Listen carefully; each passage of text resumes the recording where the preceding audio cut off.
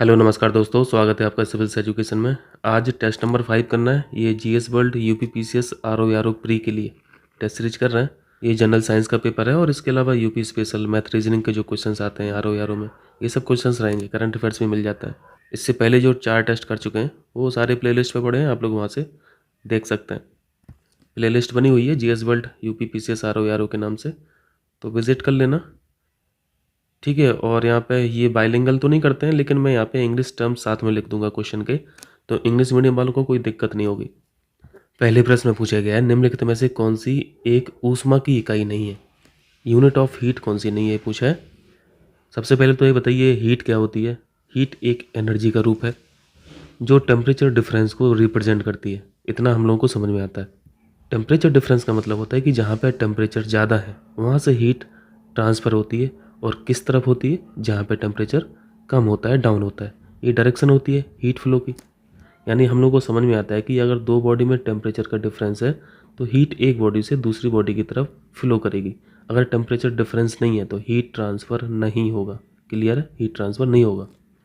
एक body 100 degree Celsius पे है, दूसरी बॉडी 50 डिग्री सेल्सियस पे है, तो 100 डिग्री सेल्सियस बॉडी की तरफ से हीट ट्रांसफ़र होगी 50 डिग्री सेल्सियस की तरफ, और ये तब तक होती रहेगी जब तक दोनों बराबर ना हो जाएं। ठीक है, दोनों टेम्परेचर बराबर ना हो जाए।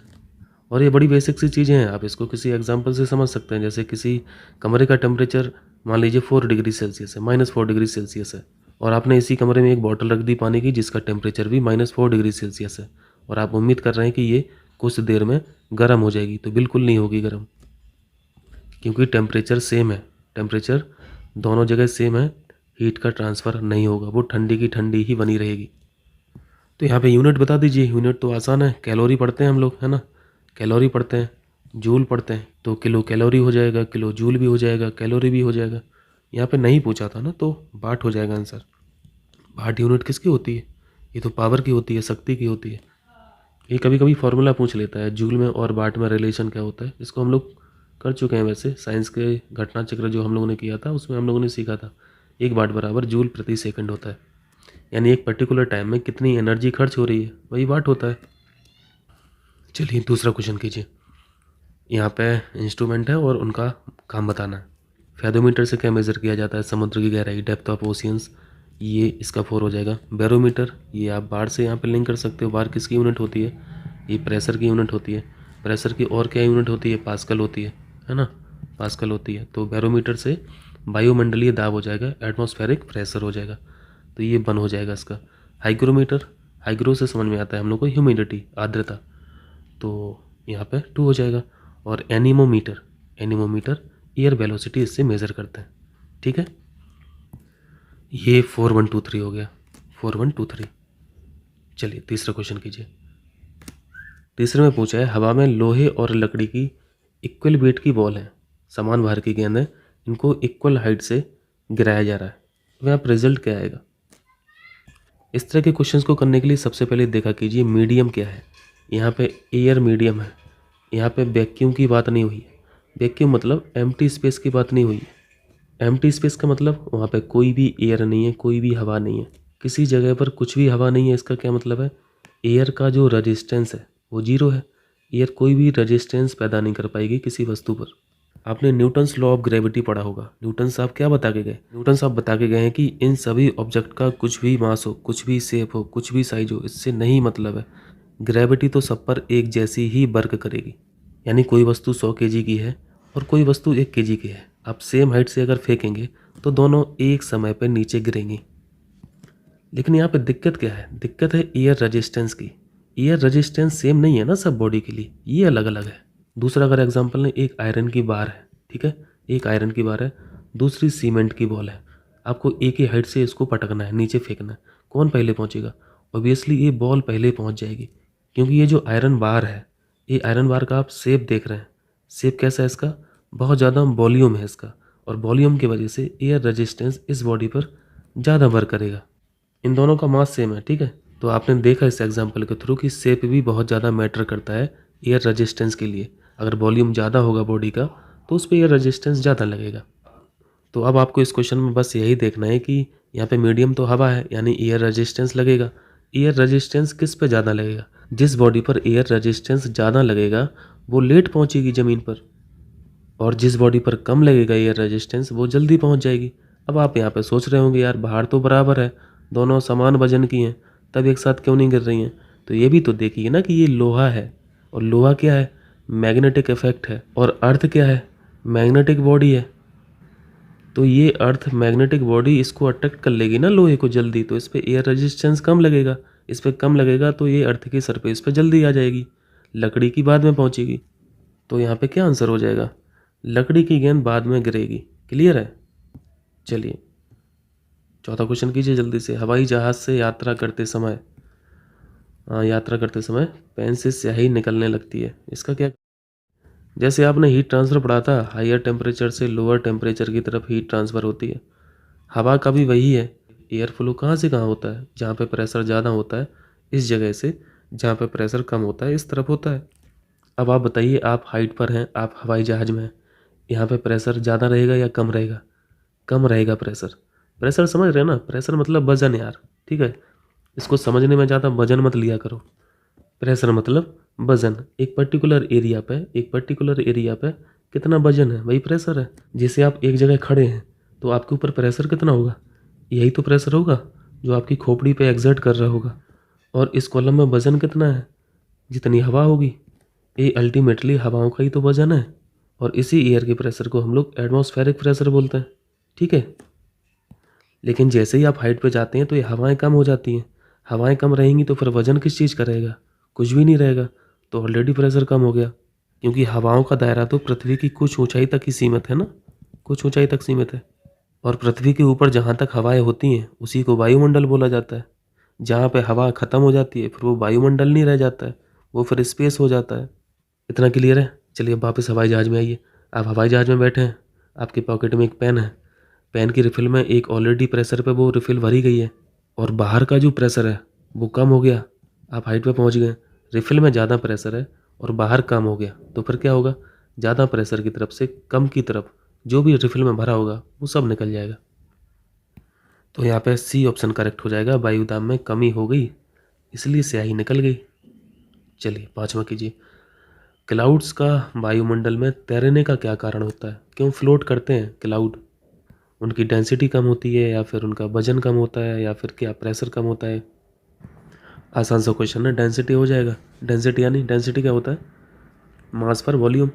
और क्लाउड्स का वॉल्यूम तो बहुत ज़्यादा होता है लेकिन मास कम होता है, तो डेंसिटी कम हो जाएगी, तो ये फ्लोट करेंगे। जिन बादलों की डेंसिटी ज़्यादा हो जाएगी वो थोड़ा नीचे हाइट पे आ जाएंगे।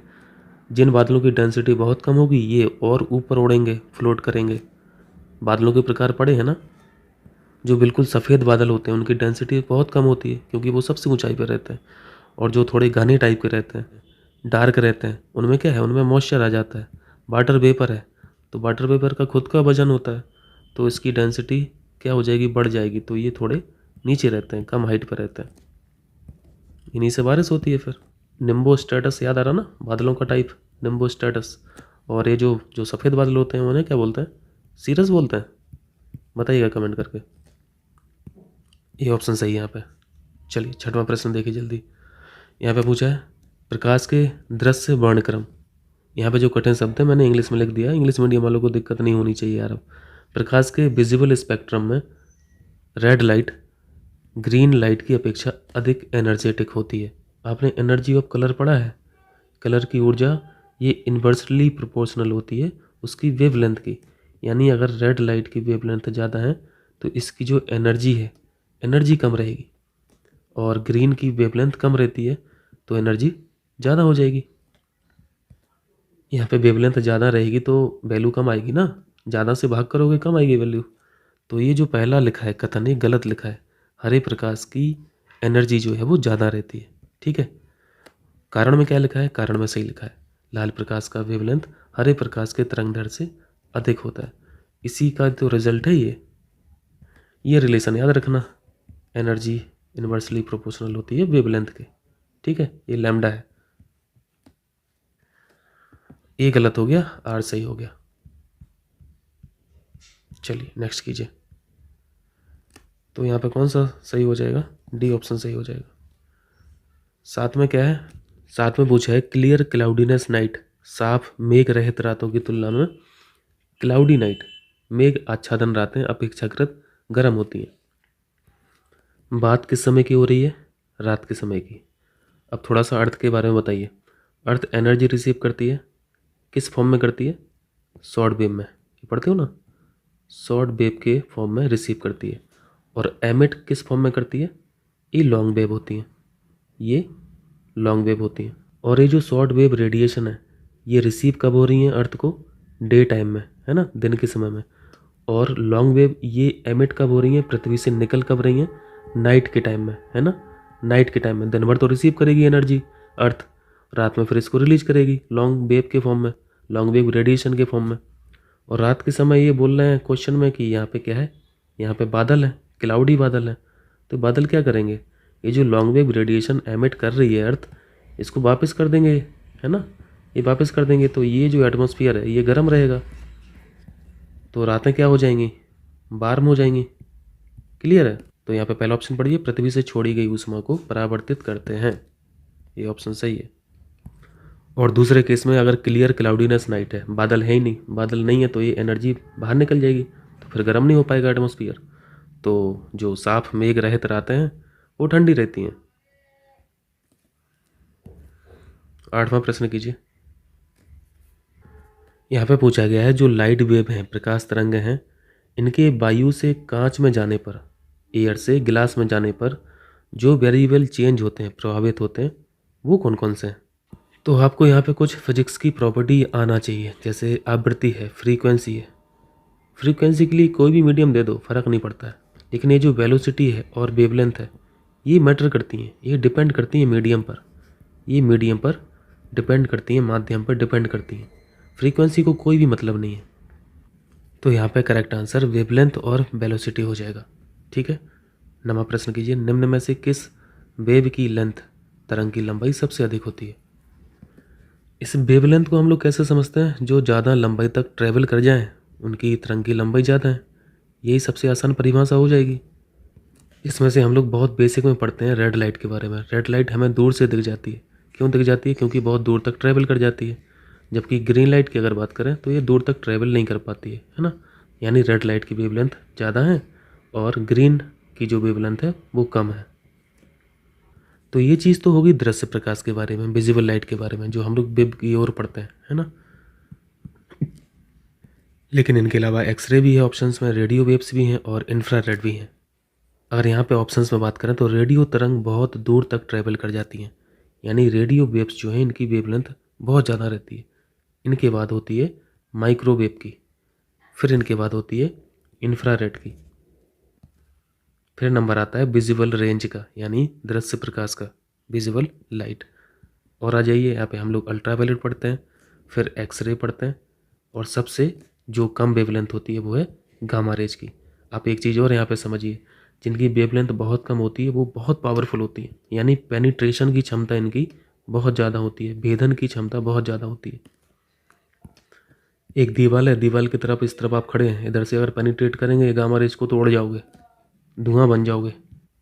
आपकी बॉडी में जितने भी सेल्स हैं, जितने भी लिविंग सेल्स हैं, कोशिकाएं हैं, सब डिस्ट्रॉय हो जाएंगी। तो यहाँ पे करेक्ट आंसर सी हो जाएगा। चलिए 10वां देखिए, दूरदृष्टि दोष मतलब फार साइटेडनेस, यानी दूरदृष्टि दोष वाले व्यक्ति के संबंध में बताइए कौन सा सही नहीं है।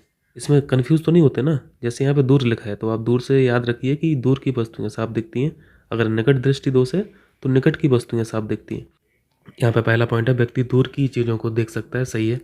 निकट की वस्तुओं का जो प्रतिबिंब है रेटिना के पीछे बनता है, ये भी करेक्ट है। और इसके उपचार के लिए कौन सा लेंस यूज करते हैं? उत्तल लेंस यूज करते हैं, ठीक है, उत्तल लेंस यानी कॉन्वेक्स। तो यहाँ पर तीसरा गलत हो जाएगा, इन्होंने अवतल लेंस लिखा है, तीसरा गलत है।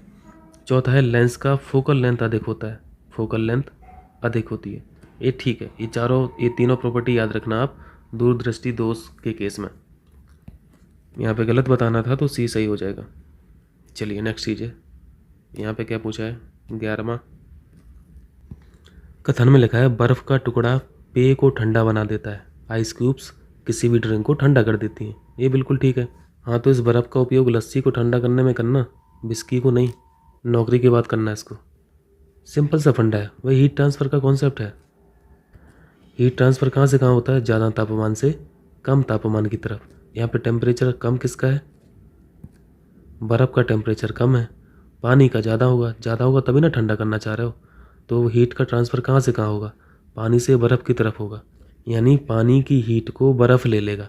अब आप लोग सोच रहे होंगे कि अगर पानी की हीट को बर्फ़ ले लेगा तो बर्फ़ तो पानी के अंदर ही है, ठंडा कैसे हो जाएगा पानी? तब आपको थोड़ा सा और ऊपर जाके समझना पड़ेगा, आइस की प्रॉपर्टी समझना पड़ेगा। आइस कन्वर्ट किस में हो रही है? ये भी पानी में ही कन्वर्ट हो रहा है, यानी फेज़ चेंज हो रहा है। फेज़ चेंज हो रहा है ना, एक सॉलिड है एक लिक्विड है, फेज़ चेंज हो रहा है।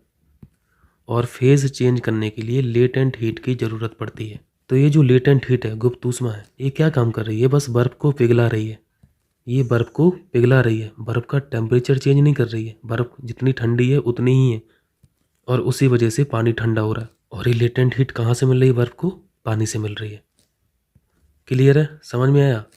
तो ए सही हो जाएगा यहाँ पे, ठीक है, दोनों सही हैं, एक्सप्लेन भी कर रहा है।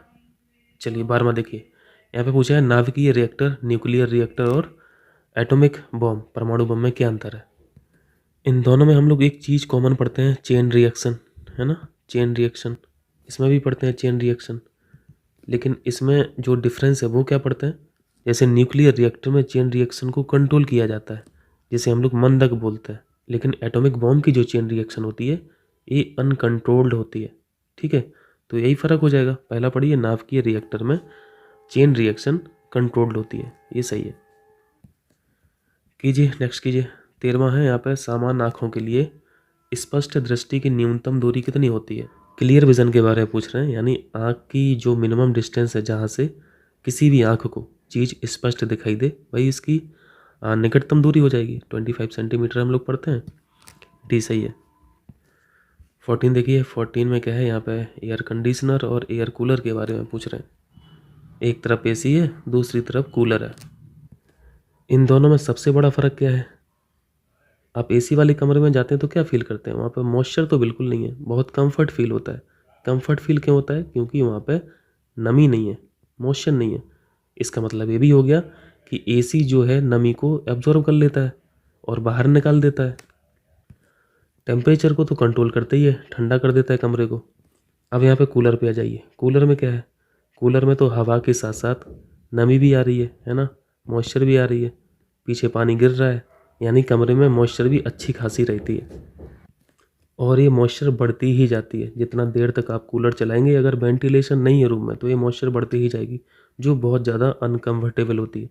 इसका मतलब क्या है कि कूलर नमी को कंट्रोल नहीं कर पा रहा, आर्द्रता को कंट्रोल नहीं कर पा रहा, ह्यूमिडिटी को कंट्रोल नहीं कर पाता है। क्लियर है? अब यहाँ पे आप तीसरा पॉइंट पढ़िए, एसी और एयर कूलर दोनों आर्द्रता को नियंत्रित करते हैं, तो वहाँ गलत है ना, कूलर नहीं करता है ह्यूमिडिटी को कंट्रोल, यही गलत हो जाएगा। चलिए 15 देखिए, यहाँ पे फ्यूज के बारे में पूछा है। फ्यूज तो देख रहे होंगे हर घर में है फ्यूज। फ्यूज का यूज क्यों करते हैं घरों में? क्योंकि बाकी जो इलेक्ट्रिकल इक्विपमेंट्स हैं, यानी उपकरण हैं, ये बचे रहें, ये जले ना। इनके जलने से पहले ये फ्यूज ही जल जाए, वो ज़्यादा सही है। ये तो 10 रुपये में आ जाएगा, 20 रुपये में आ जाएगा। पूरे घर की लाइट अगर चौपट हो गई तब क्या होगा? तो उससे ज़्यादा बेटर है कि ये फ्यूज, अगर वोल्टेज हाई होता है तो ये फ्यूज पहले उड़ जाए। तो जब तक करंट या फिर लाइट कांस्टेंट है तब तक तो फ्यूज सही से काम करता है, और जैसे हाई वोल्टेज होता है तो ये तुरंत गल जाता है। और नॉर्मल केसेस में क्या होता है, इलेक्ट्रिकल करंट लगभग कांस्टेंट सप्लाई होती है। तो इस प्रॉपर्टी को सस्टेन करने के लिए फ्यूज के पास क्या होना चाहिए? हाई रजिस्टिव पावर होना चाहिए, उच्च प्रतिरोधकता क्षमता होना चाहिए उसकी, ताकि वो लंबे समय तक बना रहे, गले ना। लेकिन जैसे ही अगर हाई वोल्टेज हो जाए तो वो तुरंत गल भी जाए, तो ये भी प्रॉपर्टी चाहिए, तो गलनांक कम होना चाहिए, लेकिन इतना भी कम नहीं होना चाहिए कि नॉर्मल कंडीशन में ही जल जाए, है ना। तो यहाँ पे ए ऑप्शन सही हो जाएगा। चलिए 16 कीजिए जल्दी से। 16 में क्या है, यहाँ पे मैच करा दीजिए। एडवर्ड जेनर साहब ने चेचक का टीका इसका आविष्कार किया था, और फ्लेमिंग साहब ये पेनिसिलिन हो जाएगा। नोबल साहब का हम लोग जानते हैं डायनामाइट, और थियोडोर एच मैमन ये लेज़र हो जाएगा, ठीक है। तो यहाँ पे 2143 ये ऑप्शन करेक्ट है, आसान है। समस्थानिक के बारे में पूछा है, बता दीजिए। समस्थानिक यानी आइसोटोप्स। आइसोटोप्स वो होते हैं जिनका परमाणु संख्या यानी एटॉमिक नंबर तो सेम होता है, एटॉमिक नंबर सेम होते हैं लेकिन एटॉमिक वेट ये डिफरेंट होता है। परमाणु भार भिन्न और परमाणु क्रमांक समान। और जब किसी एलिमेंट के परमाणु क्रमांक सेम होते हैं तो प्रोटॉनों की संख्या भी सेम होती है, ठीक है, समान होती है, लेकिन न्यूट्रॉन की संख्या ये डिफरेंट हो जाती है। चलिए 18 देखिए, भौतिक परिवर्तन फिजिकल चेंज का एक उदाहरण है। दो तरीके के चेंजेस पढ़ते हैं हम लोग, फिजिकल चेंज और केमिकल चेंज। फिजिकल चेंज क्या होता है? अगर किसी चीज़ का फिजिकल चेंज हो रहा है दूसरी वस्तु में तो किसी कारण की वजह से हो रहा होगा, किसी कारक की वजह से हो रहा होगा। अगर ये कारक हटा लोगे, ये फैक्टर हटा लोगे, अगर ये पुरानी अवस्था में आ जा रहा है तब तो ये फिजिकल चेंज है। अगर पुरानी अवस्था में नहीं आ पा रहा है तो फिर केमिकल चेंज है। जैसे फिजिकल चेंज का एग्जाम्पल क्या हो जाएगा? बर्फ़ से पानी, है ना, बर्फ़ से पानी बन जाता है और पानी से आप बर्फ़ भी बना सकते हो। आप पानी में चीनी घोल दीजिए या फिर नमक घोल दीजिए तो चीनी वाला पानी हो जाएगा। फिर चीनी वाले पानी से आप प्योर पानी भी बना सकते हो, चीनी निकल जाएगी। तो पुरानी स्थिति में आ जा रही हैं चीज़ें, तो ये फिजिकल चेंज है। केमिकल चेंज आप पुरानी स्थिति में नहीं ला सकते हो। दूध से अगर दही बन गया तो फिर दही से दूध नहीं बना पाओगे, तो ये कैसा चेंज हुआ? ये केमिकल चेंज हुआ। मोमबत्ती जल गई, जलने पे तो मोमबत्ती गायब ही हो जाएगी ना, तो मोमबत्ती फिर से पैदा थोड़ी ना हो जाएगी, तो ये भी केमिकल चेंज है। पानी में चीनी का घुलना, ये फिजिकल चेंज है, ठीक है, ये फिजिकल चेंज है। हवा में चांदी के बर्तनों का काला होना, जंग लगना, बर्तनों का काला होना, ये सारे केमिकल चेंजेस होते हैं। तो यहाँ पे फिजिकल पूछा था, सी ऑप्शन सही है। 19 देखिए, भू प्रॉपर्टी यानी अर्थ क्रस्ट में सर्वाधिक पाया जाने वाला तत्व कौन सा है? क्रस्ट में बताइए। हम लोग पढ़ते हैं कुछ चीज़ें, क्या पढ़ते हैं? सियाल पढ़ते हैं, सीमा पढ़ते हैं और नीफे पढ़ते हैं। और क्रस्ट के लिए क्या पढ़ा जाता है? सियाल पढ़ा जाता है, यानी सिलिकॉन और एल्यूमिनियम ये सबसे ज़्यादा है। तो ये तो एलिमेंट की बात होगी। अगर गैस की बात करें तो सबसे ज़्यादा गैस ऑक्सीजन है। सी ऑप्शन सही है, क्योंकि यहाँ पे सिलिकॉन भी लिखा हुआ है और ऑक्सीजन भी लिखा है, तो ऑक्सीजन को लगाना आंसर। अगर यूनिवर्स में पूछा जाए तो हाइड्रोजन लगा देना। चलिए 20वां देखिए, ये अमलगम क्या होता है? अमलगम को इंग्लिश में बोलते हैं अमलगम, अमलगम ही बोलते हैं। और जैसे भी आप लोग अमलगम पढ़ा करें, मरकरी तुरंत माइंड में आना चाहिए कि मरकरी तो हो गई, आप मरकरी को मिला दीजिए जिंक से तो अमलगम बन जाएगा। तो क्या हो जाएगा यहाँ पे? यहाँ पे पहला ऑप्शन नहीं, सी ऑप्शन, जस्ता और पारा। 21 देखिए, निम्न में किसे शुष्क बर्फ बोलते हैं? Dry ice. आसान सा क्वेश्चन है। ठोस कार्बन डाइऑक्साइड, डी ऑप्शन। आसान आसान से क्वेश्चन है। 22 कीजिए, गोताखोरों के सांस लेने संबंधी क्रिया में उपयोग की जाने वाली गैस।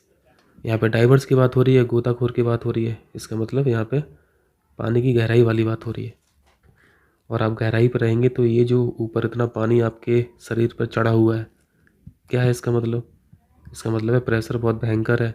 आपका शरीर अगर इस तरीके से है तो इतना जो कॉलम है ये तो आपकी बॉडी पे एग्जर्ट करेगा ना। डाइवर से जो सिलेंडर ले जाते हैं उनके सिलेंडर में ऑक्सीजन और हीलियम रहता है। ये हीलियम की ज़रूरत क्यों पड़ रही है? क्योंकि इसकी खास बात है ये सॉल्यूबल कम होता है ज़्यादा प्रेशर पर। सॉल्यूबल कहाँ पे? आपके ब्लड में। तो इन दोनों का मिक्सचर यूज किया जाता है, ठीक है। चलिए 23 देखिए, कौन सा केमिकल फल पकाने के लिए उपयोग में लाया जाता है? Calcium carbide, C option. अब ये तो सब फैक्चुअल है, ज़्यादा समझने का यहाँ पे है नहीं, आगे बढ़ते रहिए जल्दी जल्दी। पॉलीथीन और टेफ्लॉन ये पॉलीमर होते हैं, ठीक है। नियोप्रीन एक सिंथेटिक रबर है, ये भी करेक्ट है। पॉलीथीन और पॉलीइथिलीन, पॉलीइथिलीन का बहुलक है, ये भी करेक्ट है। नेचुरल रबर क्लोरोप्रीन नहीं होता है, ये आइसोप्रीन होता है, ठीक है। आइसोप्रीन के बारे में ये जानना चाह रहा था, तो यहाँ पर चौथा गलत हो जाएगा, 1 2 3 सही है। चलिए 25 देखिए, बायोगैस में बताइए क्या होता है? इस तरह का एक क्वेश्चन जरूर आता है ना मिक्सचर पर। बायोगैस को गोबर गैस भी बोलते हैं ना, और गोबर में क्या होता है? मीथेन होता है। तो एक फैक्ट तो हमें पता है, तो यहाँ पे करेक्ट आंसर है कार्बन डाइऑक्साइड और मीथेन, ठीक है। चलिए 26 देखिए, एलपीजी का प्रमुख घटक मीथेन है। जो मेन कंपोनेंट हैं एलपीजी के वो प्रोपेन और ब्यूटेन होते हैं, प्रोपेन और ब्यूटेन। ये जो उन्होंने मीथेन यहाँ पे लिख दिया, एलपीजी नहीं लिखना था, बायोगैस लिखना था, क्योंकि बायोगैस का जो मेन कॉन्स्टिट्यूएंट है वो मीथेन है। कारण में मीथेन घरों और कारखानों में जलाने के लिए सीधे प्रयोग में लाई जा सकती है। ये ठीक है, कारण सही है, कथन गलत है, तो डी ऑप्शन हो जाएगा इसका। डी ऑप्शन में होता है ना, ए गलत आर सही। आइए नेक्स्ट कीजिए। 27 मिलाइए, जल्दी मिलाइए। सिल्वर क्लोराइड के बारे में लिखा है कृत्रिम वर्षा। कृत्रिम वर्षा सिल्वर क्लोराइड से नहीं होता है, सिल्वर आयोडाइड से होता है ना, AgI। तो ये गलत हो गया, तो दूसरा भी गलत हो गया क्योंकि ये उल्टा लिखा हुआ है। चूहे का विष ये जिंक फॉस्फाइड होता है, ये करेक्ट मैच है। और ये जो फिलोसफर ऊन लिखा है, ये जिंक सल्फाइड नहीं होता है, ये जिंक ऑक्साइड होता है। यहाँ पे मैं ऑक्साइड लिख दे रहा हूँ, ये फैक्ट ध्यान रखना, जिंक ऑक्साइड। तो ये भी गलत हो गया, सही बताना था, सी ऑप्शन सही है। चलिए बैटरी के बारे में बताइए। बैटरी में जो ड्राई सेल है, शुष्क सेल है, इनमें किनका विद्युत अपघट्ट के रूप में प्रयोग किया जाता है? विद्युत अपघट्ट यानी इलेक्ट्रोलाइट। ये सब फैक्चुअल क्वेश्चन है। अमोनियम क्लोराइड और जिंक क्लोराइड, अमोनियम क्लोराइड और zinc chloride, B option. Electrolyte मतलब समझ रहे हैं ना, एक लिक्विड, एक लिक्विड ही है। ये लिक्विड काम क्या करता है? ये आयंस को ट्रांसपोर्ट करने में मदद करता है। ये जो हम लोग कैथोड पढ़ते हैं और एनोड पढ़ते हैं, कैथोड से एनोड की तरफ या फिर एनोड से कैथोड की तरफ ये जो आयन ट्रांसफ़र होते हैं, ट्रांसपोर्ट होते हैं, इसी ट्रांसपोर्टेशन के लिए इलेक्ट्रोलाइट की ज़रूरत है, लिक्विड की ज़रूरत है। और ये लिक्विड NH3Cl और ZnCl रहता है। चलिए 29 देखिए। निम्नलिखित में से किसे भविष्य का धातु कहा जाता है? Metal of future, titanium. बड़ी खास बात है इसकी, टाइटेनियम की जंग नहीं लगती कभी, ठीक है, ध्यान रखना, मेटल ऑफ फ्यूचर। 30 देखिए, यहाँ पे किस कैटलिस्ट का उपयोग, उत्प्रेरक का उपयोग वनस्पति तेलों के हाइड्रोजनीकरण के लिए किया जाता है? आसान सा क्वेश्चन है। क्या पढ़ते हो? निकल पढ़ते हो ना। अब ये हाइड्रोजनीकरण हम लोग पढ़ते तो रहते हैं, कैटालिस्ट निकल का यूज करते हैं, बट हम लोगों ने कभी समझा नहीं है हाइड्रोजनेशन होता क्या है। आइए उसको समझ लेते हैं, 1 मिनट का समय लगेगा। इसके पहले आप एक चीज़ समझिए ऑयल के बारे में। ऑयल अनसैचुरेटेड एसिड भी कंटेन करते हैं और सैचुरेटेड एसिड भी कंटेन करते हैं। और अगर ऑयल के पास अनसैचुरेटेड एसिड कंटेन है तो इस एसिड की खास बात होती है कि वो ऑयल को लिक्विड फॉर्म में रखे। और अगर किसी ऑयल के पास सैचुरेटेड एसिड कंटेन है तो सैचुरेटेड एसिड की क्वालिटी होती है, प्रॉपर्टी होती है कि ये इस ऑयल को लिक्विड फॉर्म में ना रख के थोड़ा सा सॉलिड फॉर्म में कर दे। इतना क्लियर है? और अगर आप केमिकली समझना चाह रहे हैं तो अनसैचुरेटेड के केस में यहाँ पे डबल बॉन्ड होते हैं, कार्बन कार्बन में ट्रिपल बॉन्ड होते हैं जो किसी भी ऑयल को लिक्विड बनाए रखते हैं। और अगर आप कार्बन से यही डबल बॉन्ड ट्रिपल बॉन्ड हटा देंगे, यानी कोई भी यहाँ पे डबल बॉन्ड नहीं है, कोई भी ट्रिपल बॉन्ड नहीं है, या तो सिंगल बॉन्ड है या फिर नो बॉन्ड है, इस केस में क्या होता है, ऑयल आपका सॉलिड में हो जाता है। तो यहाँ पे फाइनली हो क्या रहा है, ये जो डबल बॉन्ड है, ट्रिपल बॉन्ड है, इसको कन्वर्ट किया जा रहा है सिंगल बॉन्ड में। इसी चीज़ को बोलते हैं हाइड्रोजनीकरण। और ये काम करता कौन है? ये निकेल करता है, ठीक है, ये काम निकेल करता है। तो यहाँ पे बेसिक फंडा समझ में आया ना हाइड्रोजनेशन का। यहाँ पे बस पर्पज क्या है, लिक्विड को सॉलिड में कन्वर्ट करना। जैसे हम लोग मक्खन लेते हैं, मक्खन की टिकिया मिलती है ना, मक्खन को लिक्विड फॉर्म से तो लेते नहीं हो किराने की दुकान से, टिकिया के फॉर्म में लेते हो। यानी ऑयल को आपने इस टिकिया में कन्वर्ट कर दिया, सॉलिड में कन्वर्ट कर दिया। तो ये सब हाइड्रोजनेशन से हो रहे हैं। और जब कोई लिक्विड सॉलिड फॉर्म में हो जाता है तो उसमें फैट आ जाता है। और अगर यही चीज़ मैं यहाँ पे लिखूँ, फैट को सैचुरेटेड एसिड के नीचे, फैट्स में कार्बन कार्बन के मध्य सिंगल बॉन्ड होता है या फिर कोई भी बॉन्ड नहीं होता है। और अगर मैं यहाँ पे ऑयल लिखूँ तो ऑयल से क्या समझ में आ रहा, अनसैचुरेटेड एसिड्स, यानी double bond, single bond, liquid form. ये सारी चीज़ें कोरिलेट कर पा रहे हैं ना। ठीक है, तो फिर कीजिए, इतना कीजिए, 30 क्वेश्चन। मिलते हैं अगले पार्ट में। बहुत बहुत शुक्रिया।